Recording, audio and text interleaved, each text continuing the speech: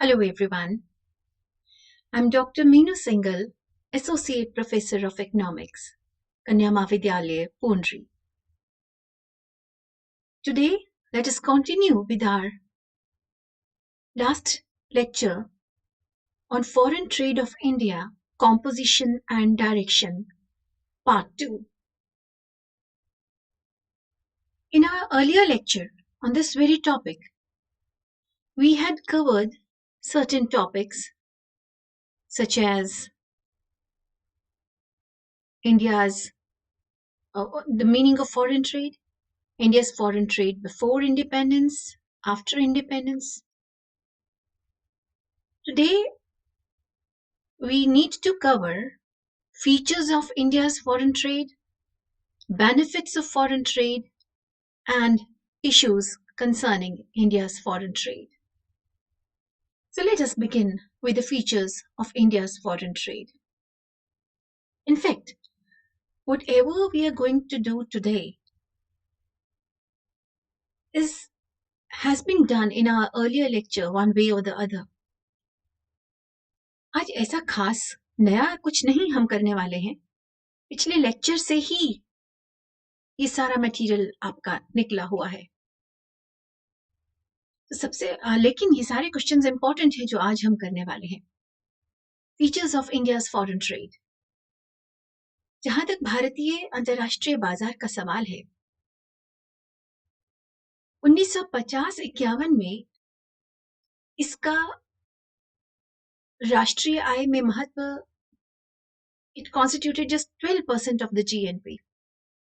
ये राष्ट्रीय आय का 12% बनता था, लेकिन आज की डेट में 2019 के आंकड़ों के लिहाज से, वर्ल्ड बैंक के आंकड़ों के लिहाज से, भारत में अंतर्राष्ट्रीय व्यापार आज घरेलू आय का 40% हिस्सा है। Today, foreign trade in India constitutes 40% of the GDP. This shows the increasing significance of international trade in our national income. दूसरी बात यह है कि भारत के अंतर्राष्ट्रीय व्यापार में आज वस्तुओं के साथ साथ सेवाओं का बहुत ज्यादा महत्व हो गया है। एक समय था जब हम लोग सिर्फ वस्तुओं का ही आयात निर्यात करते थे, but nowadays services are equally important. Rather, percentage wise, their importance is increasing every day.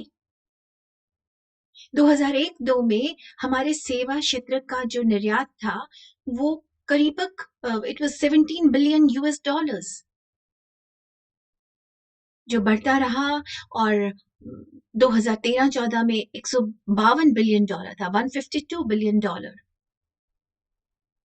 And as per latest data, in 2018-19, it was worth $208 billion.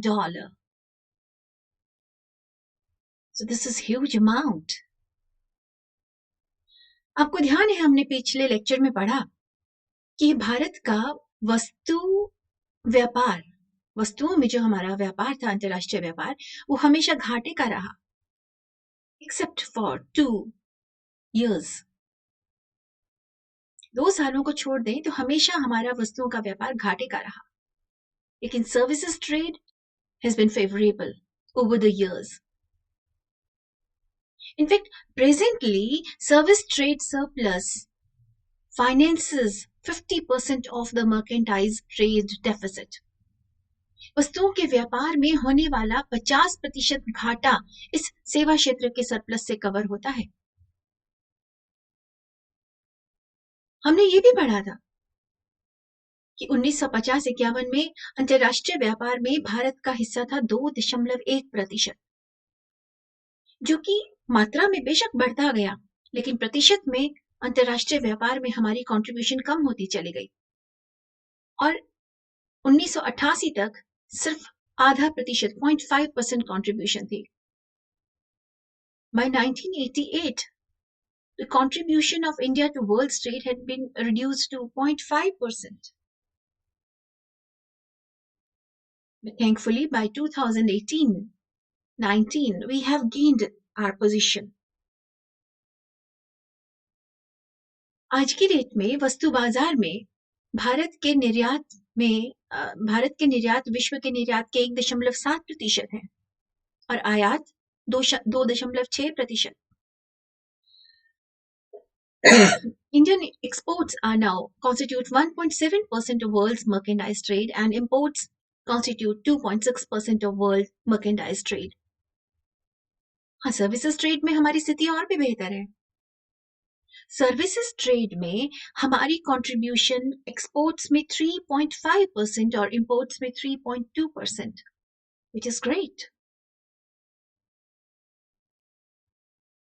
भारतीय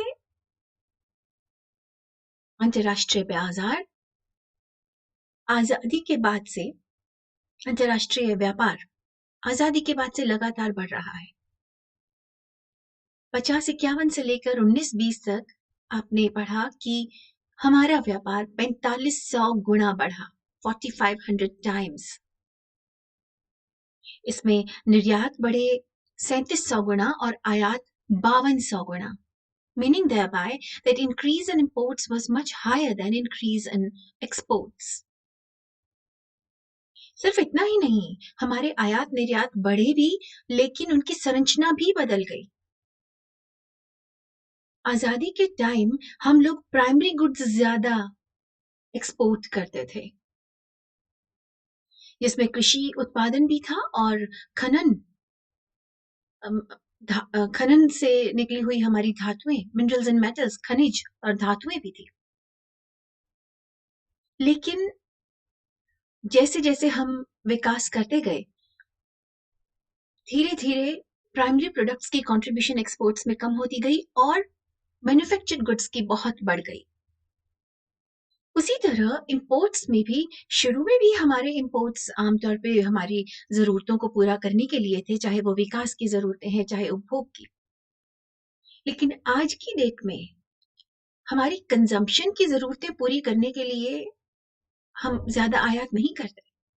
Most of the imports are done to provide raw material or machinery to Indian industry and agriculture. और इसके अलावा तेल, जो कि भारत में नहीं है, प्राकृतिक साधन है और इसके लिए हम दूसरे देशों पर निर्भर हैं। जहां तक डायरेक्शन ऑफ ट्रेड का सवाल है, आजादी के समय भारत का करीब तिहाई व्यापार इंग्लैंड के साथ था और almost half of the trade was with either England और ब्रिटिश कॉलोनीज। लेकिन आज की डेट में हमारे व्यापारिक संबंध कुछ 2-4 देशों से सीमित नहीं है। We are trading with a number of countries across the world. हाँ, मेजर ग्रुप्स अगर हम देखना चाहें कि जिनसे हम व्यापार करते हैं, वो है सबसे बड़ा ग्रुप विकासशील देश, दूसरा बड़ा ग्रुप OECD कंट्रीज और तीसरा बड़ा group OPEC countries, organisation of petroleum exporting countries. आपको ध्यान हो, हमने ये भी किया कि भारत का व्यापार शेष मर्केंडाइज ट्रेड में हमेशा नेगेटिव रहा, 50-51 से लेकर आज तक। Only exception were these 2 years, 1972-73 and 76-77. For a change, इन 2 सालों में हमारा व्यापार शेष अनुकूल रहा, though by a small amount, but yet it was positive. एक और विशेषता जो हमारे अंतर्राष्ट्रीय व्यापार की है, वो ये है कि हमारा अंतर्राष्ट्रीय व्यापार मुख्यतः समुद्र के रास्ते से होता है। यानी 68% of the value of India's foreign trade takes place through sea. देखिए, व्यापार के रास्ते क्या हो सकते हैं? सड़क, रेलवेज के माध्यम से, या समुद्री जहाज समुद्र के रास्ते से, और या फिर हवाई मार्ग से। लेकिन as I said, 68% of India's value of trade takes place through sea. और उसकी एक वजह यह है कि हमारे आसपास के जो लैंडलॉक्ड एरियाज हैं, जो देश हैं, जो हमारे साथ सटे हुए हैं, उनके साथ हमारा जो व्यापार है वो उसकी मात्रा बहुत कम है। व्यापार नहीं है ऐसा तो नहीं है, लेकिन कम है। अब अगर अधिकतर व्यापार समुद्री रास्ते से होता है तो बड़ी ऑब्वियस सी बात है कि भारत के बंदरगाह बहुत मजबूत होने चाहिए, right? Again the answer is no. भारत में कुछ सीमित बंदरगाह हैं जो विकसित हैं। इनमें भी 3 बंदरगाह हैं। There are 3 ports which are working, which are handling the most of the traffic. Mumbai, Kolkata and Chennai. हाँ, 3 और पोर्ट्स हैं जो कि धीरे-धीरे जिन पर काम बढ़ता जा रहा है, कांडला, कोचीन और विशाखापट्टनम। इसी तरह से एक और खास बात है हमारे व्यापार की। देखिए, जब भी व्यापार होता है तो मैंने अभी हमने अब पढ़ा कि समुद्री रास्ते से समुद्री जहाजों की मदद से होता है।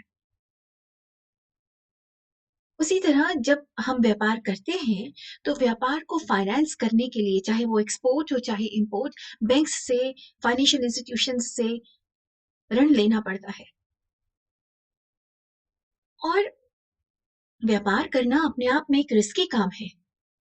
उसकी इंश्योरेंस जरूरी है। वो इंश्योरेंस कंपनीज के माध्यम से होती है। बट सैडली ये तीनों ही तरह की संस्थाएं, चाहे वो बैंकिंग इंस्टीट्यूशंस हैं, चाहे इंश्योरेंस कंपनीज या शिपिंग कंपनीज, अधिकतर फॉरेन कंपनीज हैं। भारतीय कंपनीज का फॉरेन ट्रेड में बहुत कम भूमिका है। एक और खास बात है कि भारतीय व्यापार के ऊपर शुरू से लेकर आज तक सरकारी नियंत्रण रहा है। हाँ, 1991 तक ये नियंत्रण बहुत ज्यादा था। भारत के व्यापार को कंट्रोल करने के लिए हमारी सरकार राजकोषीय, मौद्रिक और औद्योगिक नीतियों की मदद लेती रही है। Indian government has taken the help of industrial, fiscal and monetary policies to regulate, to promote, to influence foreign trade. 1980-81 से पहले भारतीय सरकार की नीति थी आयात प्रतिस्थापन की, import substitution की। Then slowly it changed its track. और 1990-91 के बाद जब हमने नई आर्थिक नीति अपनाई, उसके बाद धीरे-धीरे हमने इंपोर्ट सब्स्टिट्यूशन के बजाय एक्सपोर्ट प्रमोशन यानी निर्यात प्रोत्साहन को बढ़ावा देना शुरू किया।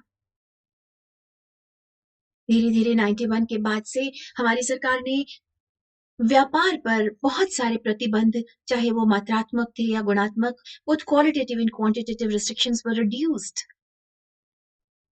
व्यापार प्रक्रिया को आसान बनाया गया। सिंगल विंडो सिस्टम शुरू किया गया कि एक ही खिड़की पर जाकर आप अधिकतर फॉर्मेलिटीज पूरी कर सकते हैं। कई तरह की संस्थाएं खोली गई जो देश में अंतर्राष्ट्रीय व्यापार को बढ़ावा दे, जैसे कि MMTC, minerals and metal trading corporation, जो धातुओं और खनिज के निर्यात को बढ़ावा देती है। STCs, स्टेट ट्रेडिंग कॉर्पोरेशंस, हर राज्य में खोली गई ताकि वो अपने अपने राज्य में निर्यात को बढ़ावा दे सके। ECTC, export credit and guarantee corporation, निर्यात को ऋण की सुविधा उपलब्ध करवाने के लिए। 91 से पहले जो भी कंपनीज इंटरनेशनल ट्रेड में सम्मिलित थे, उन सबको फॉरेन करेंसी के लिए देश की सरकार और RBI पर निर्भर रहना पड़ता था। आप एक्सपोर्ट कर रहे हैं तो जो कमाई है वो RBI और बैंक सरकार के सुपुर्द करेंगे। आपको इंपोर्ट करना है, फॉरेन करेंसी चाहिए, तो फिर आप सरकार के पास ही जाएंगे, परमिशन भी लेंगे और फॉरेन करेंसी भी लेंगे। But after 1991, slowly controls on foreign exchange were reduced. धीरे धीरे मुद्रा को परिवर्तनशील बनाया गया और फॉरेन करेंसी, हमारा जो मुद्रा है वो धीरे धीरे समय के साथ फुली कन्वर्टेबल कर दी गई। एक कॉन्सेप्ट है एक्सम रेशियो का, export import ratio. What this means is that What percent of imports can be financed by our export earnings? हमारी निर्यात से प्राप्त आय हमारे कितने प्रतिशत आयात का खर्चा उठा पाएगी? ये भी जितनी ऊंची हो उतना अच्छा है, लेकिन 95-96 में हमारी एग्जाम रेशियो 87% थी। 87% का मतलब जानते हैं? 87% का मतलब है कि हमारा 87% जो खर्चा था निर्यात का, आयात का, वो हमारे निर्यात उठा सकते थे। तो बाकी 13% आयात कैसे होंगे? सिंपल, या तो हम सोने चांदी में इसकी पेमेंट करेंगे और या फिर उधार लेंगे। 87% अपने आप में खराब था, लेकिन विद टाइम 2016-17 तक आप देख सकते हैं कि ये रेशियो और भी कम हो गई, 71.7%, यानी 28.3% आयात के लिए हमें ऋण लेना पड़ता है या फिर हमें अन्य सोना चांदी बेचना पड़ता है। अब सवाल है, अंतरराष्ट्रीय व्यापार क्यों किया जाता है, इसके क्या लाभ हैं? देखिए, अंतरराष्ट्रीय व्यापार से हमें वो चीजें मिलती हैं जो हमारे देश में नहीं है। पूरे विश्व में होने वाली जो तकनीकी विकास है, लेटेस्ट टेक्नोलॉजी जो मार्केट में है, वस्तुएं जो देश में उपलब्ध नहीं है, चाहे वो मशीनें हों, चाहे कंज्यूमर प्रोडक्ट्स हों, फैक्टर्स ऑफ प्रोडक्शन, कई तरह की सेवाएं, ये सब हमें व्यापार करने से असेसिबल हो जाती हैं, अवेलेबल हो जाती हैं। अब भारत के उदाहरण को देखिए ना, हम जब आजाद हुए तो देश के विकास के लिए हमने खेतों में सिंचाई सुविधा पहुंचाने के लिए और बिजली का उत्पादन करने के लिए हमने बड़े बड़े डैम्स लगाए, मल्टीपर्पज रिवर प्रोजेक्ट्स। इन डैम्स को बनाने के लिए वित्त कहां से आया? विदेशों से। तकनीक विदेशों से। This okay, let me show you.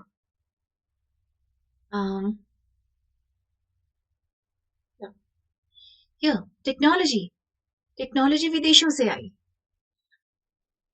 जो भी नई तरह की मशीनें थी वो सब वहां से आई। उत्पादन के साधन, जी हाँ, हमारे पास इंजीनियर्स भी वहां से आए, टेक्नीशियंस भी वहां से आए। मशीनें खराब हो गई तो उन्हें ठीक करने के लिए स्टाफ भी वहीं से आया। उसके बाद अंतरराष्ट्रीय व्यापार की वजह से रोजगार बढ़ता है देश के अंदर, प्रत्यक्ष भी और अप्रत्यक्ष भी। Direct employment to all those people who are involved in foreign trade. And then indirect employment कैसे? जब भी अंतरराष्ट्रीय व्यापार करने की वजह से देश के अंदर नए कारखाने खुलते हैं या फिर बैंक्स खुल रहे हैं, इंश्योरेंस कंपनीज खुल रही हैं, शिपिंग इंडस्ट्री खुल रही है, ट्रांसपोर्टेशन का विकास हो रहा है, तो उसमें इनडायरेक्टली कितने सारे लोगों को रोजगार मिल जाता है। इसकी वजह से भारत में कितने सारे कारखाने खुले, उनमें जितने लोगों को रोजगार मिला वो इनडायरेक्ट एम्प्लॉयमेंट है। भारत में या किसी भी देश में औद्योगिकरण को बढ़ावा मिलता है, शिक्षा बेहतर होती है। आप भारत को देखिए ना, हमारे देश में आज की डेट में बहुत सारी एजुकेशनल इंस्टीट्यूशंस हैं जो कि फॉरेन कोलैबोरेशन से खुली हुई हैं। सिर्फ इतना ही नहीं, कई यूनिवर्सिटीज इसे हमारे समझाते हैं, हमारे स्टूडेंट्स और उनके स्टूडेंट्स स्वैपिंग होती है, यानी हमारे बच्चे वहां जाते हैं कुछ महीनों के लिए और उनके यूनिवर्सिटीज और कॉलेजेस के स्टूडेंट्स हमारे कॉलेजेस में आकर पढ़ते हैं। इस तरीके से जो हमारा एक्सपोजर है, जो हमारी एजुकेशन है, वो कहीं बेहतर होती है। सॉरी, उसके बाद हम देखते हैं कंपटीशन, देश के अंदर कंपटीशन बढ़ता है। कैसे? कंपटीशन कैसे बढ़ता है? देखिए, कंपटीशन बढ़ता है इस तरीके से कि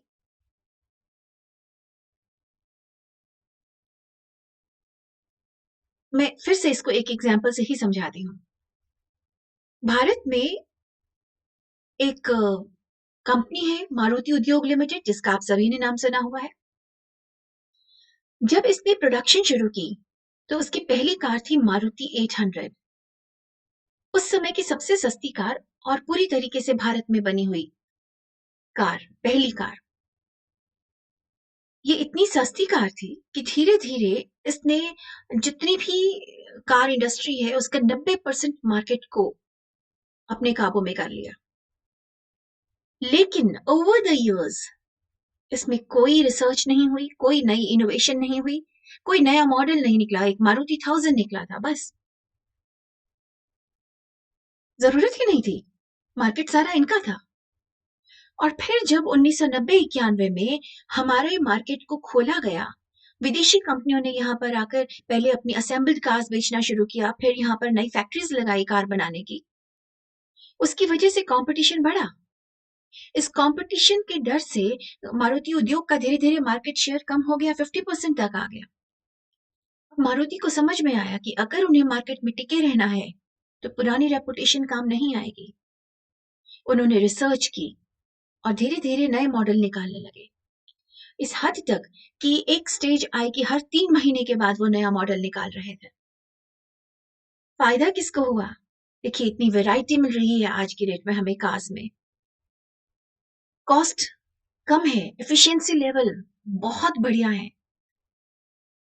इसका सिर्फ और सिर्फ एक फायदा सबसे ज्यादा किसको होता है? कंज्यूमर को, उपभोक्ता को। देखिए, इससे एक और फायदा होता है, जो देश अंतरराष्ट्रीय व्यापार में संलग्न है उनके देश की सभी तरह के साधनों का बेहतर इस्तेमाल होता है। जैसे मैंने आपसे बताया कि हमने डैम्स बनाए।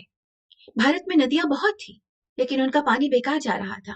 वो डैम्स बनाकर हमने उस प्राकृतिक साधन का बेहतर इस्तेमाल किया, उससे बिजली का उत्पादन किया और सिंचाई सुविधा बढ़ाई। जब हम अंतरराष्ट्रीय व्यापार करते हैं तो व्यापार करने वाले 2 देश ये देखते हैं, देखिए भारत को लीजिए, हम भारत में हर चीज अपने हर चीज नहीं बना सकते। कुछ चीजों को बनाने में हमें तुलनात्मक लाभ ज्यादा है, तो कुछ चीजों को बनाने में तुलनात्मक लाभ कम है, तो कुछ चीजों को बनाने में तुलनात्मक हानि है। At some things we are very efficient to produce and we have comparative advantage in producing. And then there are some products where we have comparative disadvantage. तो हर देश उस चीज का उत्पादन करता है जिसमें उसको तुलनात्मक लाभ है, और जिसमें उसको तुलनात्मक हानि है वो चीज वो दूसरे देशों से खरीद लेता है। दिस लीड्स टू स्पेशलाइजेशन, विशिष्टीकरण होता है, और पूरे विश्व में उत्पादन भी बढ़ता है, आय भी, रोजगार भी, समस्त संसार को फायदा होता है। जब अंतरराष्ट्रीय व्यापार करते हैं तो हम अपने देश का सामान सिर्फ अपने देश में नहीं बेचते, बल्कि विश्व के पूरे बाजार हमारे अपने हैं। हम पूरे विश्व में कहीं पर भी बेच सकते हैं, इसलिए हमारे लिए बाजार का आकार बहुत बड़ा हो जाता है, जिससे हम बड़े स्तर पर उत्पादन कर सकते हैं और उसकी वजह से होने वाले जो कॉस्ट बेनिफिट्स हैं उनका फायदा उठा सकते हैं। अंतरराष्ट्रीय व्यापार से अंतरराष्ट्रीय संबंध भी सुधरते हैं। देखिए ना, जब 2 देशों में व्यापार बहुत मजबूत है तो उनके लिए युद्ध करना दोहरी लागत रखता है। It is double costlier. How? एक तो युद्ध के जो खर्चे हैं हथियारों पर या फौज पर, वो अलग है। इसके अलावा हमारा व्यापार खत्म हो जाएगा। हम असेंशियल इंपोर्ट्स, हम आयात जो करते थे वो नहीं कर पाएंगे, जो हम उनको सामान बेच रहे थे उससे जो कमा रहे थे वो नहीं कमा पाएंगे। उसी तरीके से अब देखिए, फिर एक एग्जाम्पल लेती हूँ। हम एक गरीब देश है, हमारी जनसंख्या भी लगातार बढ़ रही है, जिसकी वजह से वस्तुओं और सेवाओं की मांग लगातार बढ़ रही है। इधर से क्योंकि हम गरीब हैं, हमारी उत्पादकता भी कम है और इसलिए आप देख सकते हैं हमारा प्रोडक्शन भी कम है। गरीबी की वजह से low productivity and then low production. इसका क्या मतलब है? इसका मतलब है कि हमारा सप्लाई कम है और ऊपर मांग बढ़ रही है। इसका मतलब डिमांड बढ़ रही है। जब आपकी मांग बढ़ रही हो और पूर्ति कम हो तो क्या होगा? कीमतें बढ़ेंगी। तो सोल्यूशन क्या है? सोल्यूशन है कि हम वस्तुओं की पूर्ति बढ़ाएं, और वो पूर्ति बढ़ाने के लिए हम लोग इंपोर्ट करते हैं। अब देखिए ना, भारत में आज की डेट में प्याज और आलू कितना महंगा होता जा रहा है। अगर आयात ना करें तो ये कीमतें आसमान को छू जाएंगी। तो कीमतों को नियंत्रण करने में मदद करता है। उसी तरह से देश में, हर देश में, विकासशील देश या विकसित देश, बहुत सी प्राकृतिक आपदाएं आती हैं, और ऐसे में अकेले में उनसे निपटना मुश्किल हो सकता है। यदि अंतरराष्ट्रीय व्यापार हो तो सब देश एक दूसरे की मदद करते हैं और इस सब से निकलना आसान हो जाता है। अब सवाल है, भारतीय अंतरराष्ट्रीय व्यापार में किस तरह की समस्याएं हैं, क्या कंसर्न्स हैं हमारे। Look, first of all, we know that our balance of payment has been unfavorable. हमारा बैलेंस ऑफ ट्रेड और इसकी वजह से बैलेंस ऑफ पेमेंट प्रतिकूल रहा है लंबे समय से, हमेशा इनफैक्ट। तो क्या कारण थे? उसके दो कारण थे। पहला कारण तो ये था कि हमारा एक्सपोर्ट्स ज्यादा नहीं बढ़े, और दूसरा, इंपोर्ट्स हमारे बहुत ज्यादा बढ़े। तो देखते हैं हमारे एक्सपोर्ट्स क्यों नहीं बढ़े। एक्सपोर्ट्स को हम दो हिस्सों में बांट देते हैं, परंपरागत निर्यात और कुछ नए निर्यात। परंपरागत निर्यातों में हमारी एक्सपोर्ट्स क्यों नहीं बढ़े? क्योंकि एक तो हम प्राइमरी गुड्स बेचते थे। देखिए, प्राइमरी गुड्स आपसे जिक्र किया कि वो एक तो लेस इनकम इलास्टिक होते हैं। प्राइमरी गुड्स, प्राथमिक वस्तुओं की मांग आय के साथ नहीं बढ़ती, तो उनकी मांग नहीं बढ़ी। ऊपर से आपसे बताया था कि ये जो वस्तुएं हैं प्राइमरी गुड्स, इनको अंतरराष्ट्रीय बाजार में हमें बहुत ज्यादा दाम नहीं मिलते, तो टर्म्स ऑफ ट्रेड इनकी अनफेवरेबल होती हैं, ये सामान सस्ता बिकता है। तो एक तो मांग नहीं बढ़ रही, ऊपर से कीमत नहीं बढ़ रही। तीसरा, देश के अंदर ही इतनी मांग बढ़ गई है कि हम उसको बेचने के लिए सरप्लस हमारे पास बचता ही नहीं।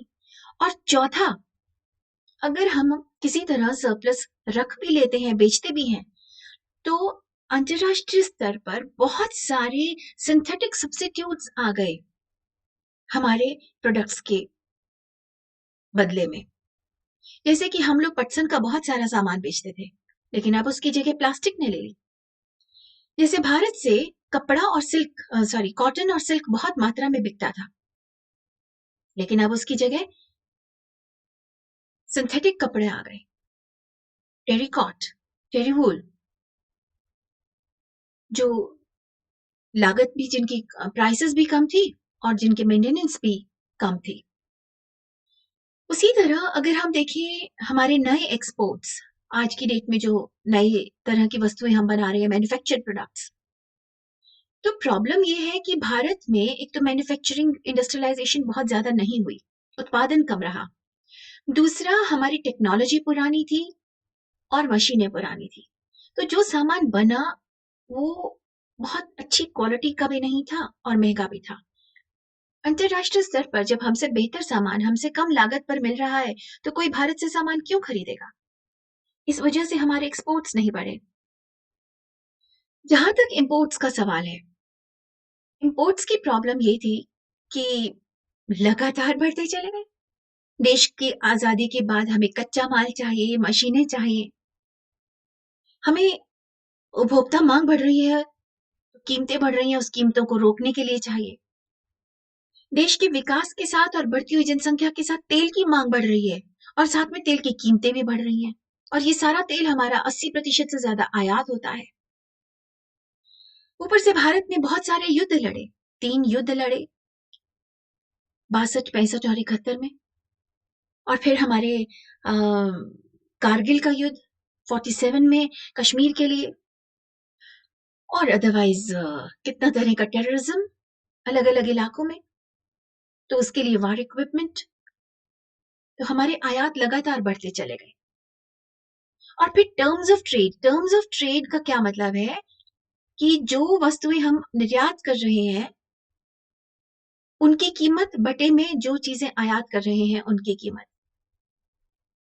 तो हम जो निर्यात कर रहे हैं वो सस्ता है और जो आयात कर रहे हैं वो महंगा है, गुणा में 100। तो इसका जो रिजल्टेंट है वो है 71। ये वैल्यू बहुत कम है। 100 से कम होने का मतलब है कि टर्म्स ऑफ ट्रेड हमारे प्रतिकूल हैं, व्यापार की शर्तें हमारे प्रतिकूल हैं। हमको बहुत सारा निर्यात करना पड़ता है तो थोड़ा सा आयात कर पाते हैं। और अगर ये मूल्य 100 से ऊपर हो, इसका मतलब हमारे अनुकूल है। हम थोड़ा सा निर्यात करेंगे तो हम बहुत सारा सामान खरीद पाएंगे। और एक और समस्या है डंपिंग की। डंपिंग का मतलब है कि कई देश अपना सामान दूसरे देशों में लागत से भी कम पर बेच देते हैं। वजह, एक कारण हो सकता है फॉरेन करेंसी कमाना, और दूसरा कारण होता है कि अपना सामान बेचकर दूसरे देशों के उद्योगों को खत्म कर देना। फॉर एग्जाम्पल, चाइना ने भारत में खिलौने बेचे। जानते हैं, जो खिलौना भारत में 300-400 रुपए का बनता था, वो उससे बेहतर क्वालिटी में, उससे ज्यादा फीचर्स के साथ वो 100-150-200 रुपए में बेच रहे थे। धीरे धीरे भारत का खिलौना उद्योग तबाह हो गया। और आज हमारे देश में एक स्टेज आई कि सारे खिलौने जो बिक रहे थे वो चाइना से बने हुए थे। तो इन सब समस्याओं के साथ छोटी छोटी कुछ और प्रॉब्लम्स, कि भारत में कारखानों का ज्यादा विकास नहीं हुआ, रिसर्च पर हमारी सरकार ने और प्राइवेट सेक्टर ने ज्यादा खर्च नहीं किया, तो नई चीजें नहीं आई, कॉस्ट इफेक्टिवनेस नहीं आई, क्वालिटी इंप्रूव नहीं कर पाए। फिर आपने देखा कि शिपिंग इंडस्ट्री, बैंक्स और इंश्योरेंस कंपनीज विदेशी थी। अनफेयर ट्रेड प्रैक्टिसेस, कई बार क्या होता है कि हम लोग दूसरे देशों के साथ कुछ गलत डील कर जाते हैं कि हमने जो सामान बेचा है, जो प्रॉमिस किया था, उससे हल्का बेच देते हैं। करते तो 2-4 व्यापारी ऐसे हैं, लेकिन उसके बाद पूरे भारत की रेपुटेशन खराब हो जाती है। और हमारे एक वीक पॉइंट रहा है कि हम लोग अपना पब्लिसिटी, एडवर्टाइजमेंट नहीं कर पाते हैं अपने प्रोडक्ट्स की अक्रॉस द वर्ल्ड। हम मार्केटिंग में बहुत अच्छे नहीं रहे हैं। इन कारणों से भी हम हमारे एक्सपोर्ट्स नहीं बढ़ा पाए। इस सब सामान के लिए, इस सब इंफॉर्मेशन के लिए, डेटा के लिए हम लोगों ने जो बुक्स इस्तेमाल की हैं वो है department of commerce annual report, economic survey and handbook of statistics on Indian economy. Indian economy के ऊपर ही 2 बुक्स हैं, एक रुद्रदत्तन सुंदरम की और दूसरी मिश्रा एंड पुरी की, जो आप पढ़ सकते हैं इसके लिए। And then there are 2 questions which I would suggest for your appraisal. First of all, critically examine the changes in volume, composition, and direction of foreign trade in India since independence. आजादी के पश्चात भारतीय अंतर्राष्ट्रीय व्यापार में के मूल्य, संरचना और दिशा में होने वाले परिवर्तनों की आलोचनात्मक व्याख्या करें. And lastly, what are the main features of India's foreign trade? Also, discuss the main issues concerning India's foreign trade. भारतीय अंतर्राष्ट्रीय व्यापार की मुख्य विशेषताएं क्या हैं, साथ ही इसके जो समस्याएं हैं उनका भी उल्लेख करें. That's all for the day. Thank you so much. We'll be meeting soon.